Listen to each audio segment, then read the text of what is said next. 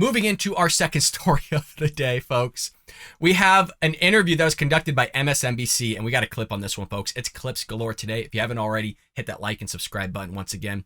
Pittsburgh-area Trump voters were interviewed by MSNBC about the events surrounding the now infamous January 6th incident, also called J6. It's not quite clear what the motive of MSNBC was. Maybe the interview was done out of sheer curiosity to see how January 6th has affected the hearts and minds of regular, everyday people, or maybe there was a more nefarious purpose. This could have been an excuse to further villainize Trump supporters as ultra MAGA, or whatever the other terms the Biden administration wants to divide us Americans as. Remember, we're extremists and all these other things.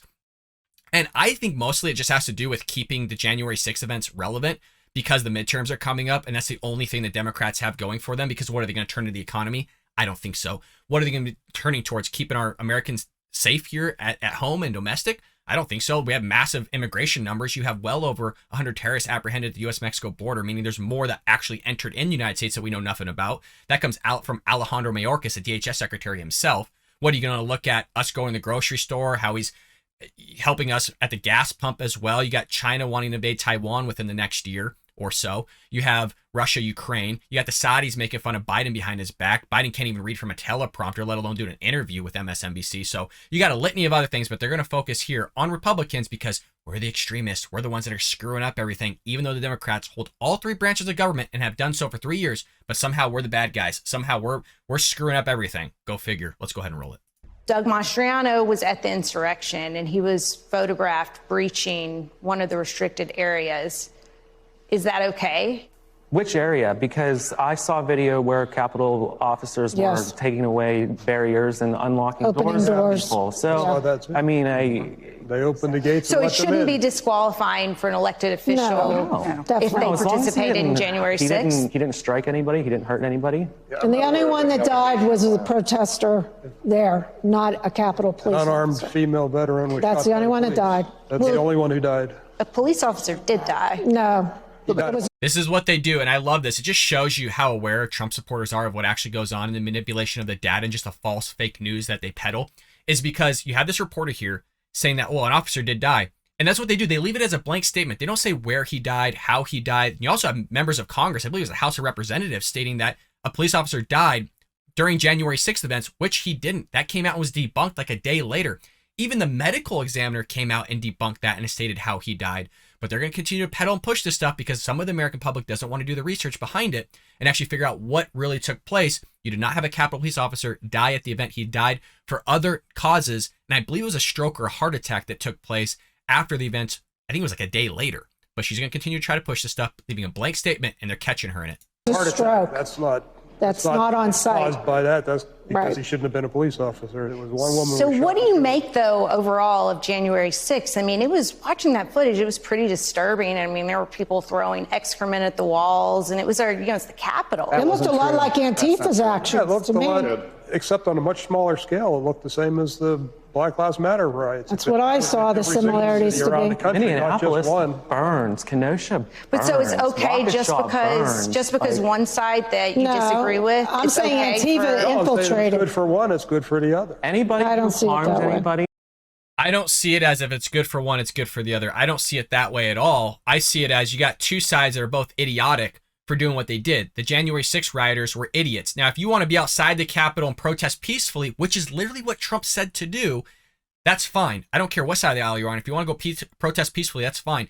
You're an idiot if you think it was a good idea to storm in the January 6th event, storm into the Capitol and do what you did. You're an idiot. I would even classify you as a conservative or Republican because you don't hold on to those values that we carry as a party.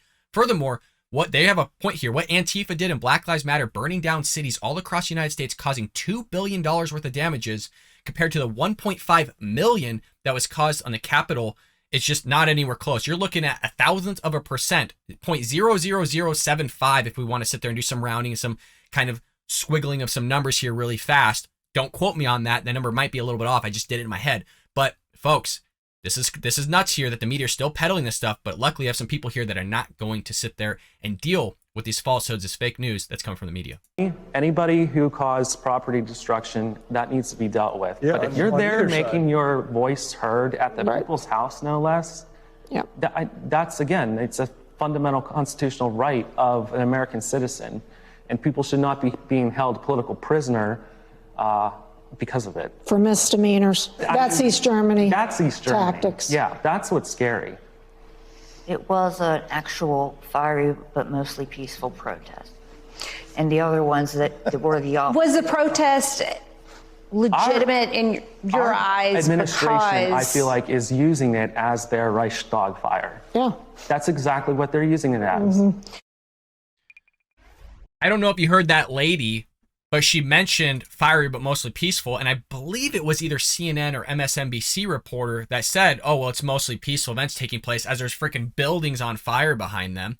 And this is what the news media does. They will sit there and kind of throw these blanket statements out there. Capitol police officer died. Well, where did he die at? How did he die? Was it actually contributed to the Capitol 6 riots? It was debunked. But they don't want to bring up any of that. So why are you even asking in the first place, of which you should know the answer as a reporter of what took place way back when?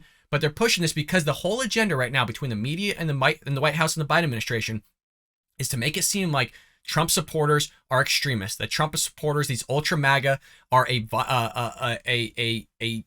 problem to democracy. We're a threat to democracy, if we were to quote Joe Biden, that we're sitting here going and underskirting what our Constitution and our foundation of our country was built upon, which is an amazing statement to make and an amazing thing to actually think of, because it's all of us, conservatives, Republicans, that want smaller government, that hold to the traditions that were founded by the founding fathers themselves. But the Democrat Party actually wants to remove all those things and underskirt those things. They say it themselves. I mean, hell, we've done videos of it saying they want to burn down the system. How many people, and you've all seen this and wrote this in the comments yourselves, that how many videos have we seen where literally they say America's racist, America's evil, blah, blah, blah, America this, America that, capitalism is bad, socialism good, communism, hey, it's not that bad, maybe we should institute it. I mean, the things that they want to push and peddle is absolutely just asinine. And they have the cojones to sit there and say it's fiery but mostly peaceful as cities are burning all around them, causing $2 billion of damages. There wasn't even a fire at the Capitol. The Capitol, yeah, had $1.5 million in damages, but hell, you're talking about the Capitol, a pretty expensive building, and government, we all know, surcharges everything, ups the charge on fixing anything that has to do with anything governmental. So this whole thing is just a bunch of silly, it's a bunch of hocus pocus, a bunch of smears towards the Trump administration.